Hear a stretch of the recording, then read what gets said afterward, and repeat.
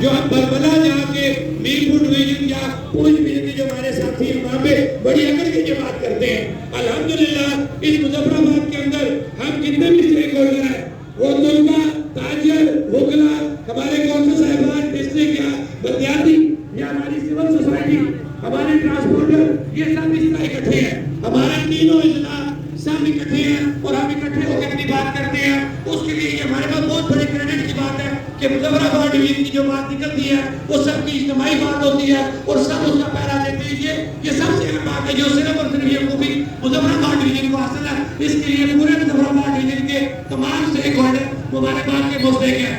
اور میں اپنے تمام لوگوں سے یہ اپیل کروں گا کہ یہ تحریک بہت لمبی ہے. یہ آپ نہ سوچیں، یہ آپ نہ سوچیں کہ ایک دن کے احتجاج سے آپ کے مسائل حل ہو جائیں گے. 76 سالوں سے آپ کو لوٹا گیا ہے. 76 سالوں کی لوٹ مار ایک دو دنوں میں ختم نہیں ہوگی. اس کے لیے آپ کو ٹائم چاہیے.